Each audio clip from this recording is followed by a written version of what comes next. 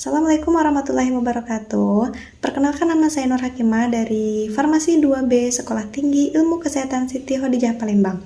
Video ini dibuat yaitu untuk memenuhi tugas ujian tengah semester mata kuliah Praktikum Farmasetika 2 yang berjudul salep. Definisi dan fungsi dari salep.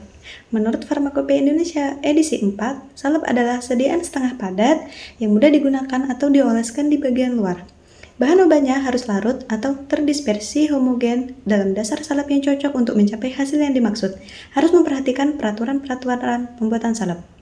Dan fungsi dari salep sendiri adalah sebagai bahan pembawa substansi obat untuk pengobatan kulit, bahan pelumas pada kulit, dan pelindung kulit, yaitu menjaga kontak permukaan kulit dengan larutan berair. Dasar salep yaitu ada 4. Yang pertama, salep larut air. Basis yang larut dalam air disebut juga dengan glyceres karena tidak mengandung bahan beri. Yang kedua, yaitu salep yang dibersihkan dengan air, yaitu emulsi minyak dalam air yang dapat dicuci dari kulit dan pakaian dengan air. Yang ketiga, yaitu dasar hidrokarbon, bersifat lemak. Preparat yang berair dapat dicampur hanya dalam jumlah sedikit. Dasar hidrokarbon dipakai terutama untuk efek emollient. Dan dasar salep yang terakhir yaitu salep absorpsi atau serap. Dapat menjadi 2 tipe. Tipe yang pertama yaitu memungkinkan pencampuran larut berair, dan tipe yang kedua yaitu yang sudah menjadi emulsi air berminyak. Jenis salep yaitu ada 3. Yang pertama, menurut konsistensinya, ada krim, pasta, cerata, gelones, dan unguentum. Yang kedua, menurut dasar salep, ada salep hidrofobik, ada salep hidrofobik. Dan yang ketiga yaitu menurut farmakologi, ada salep endodermis, salep epidermis, dan salep diadermis. Contoh pembuatan salep. Berikut ini ada contoh resep dari salep. Resepnya yaitu asid salisil sebanyak 2%, sulfur precipitat sebanyak 4%, vaselin flavum sebanyak 10 gram, miscevax unguentum, signa bisididae, usus externus. Penimbangan dan perhitungan bahan. Yang pertama yaitu asam salisilat. Caranya jumlah bahan yaitu 2/100 dikali jumlah bahan basis yaitu 10. 2/100 dikali 10 menghasilkan 0,2 gram atau 200 mg.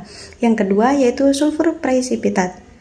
Caranya sama, yaitu jumlah bahan sebanyak 4/100 dikali jumlah bahan basis yaitu 10. 4/100 dikali 10 sama dengan 0,4 gram atau 400 mg.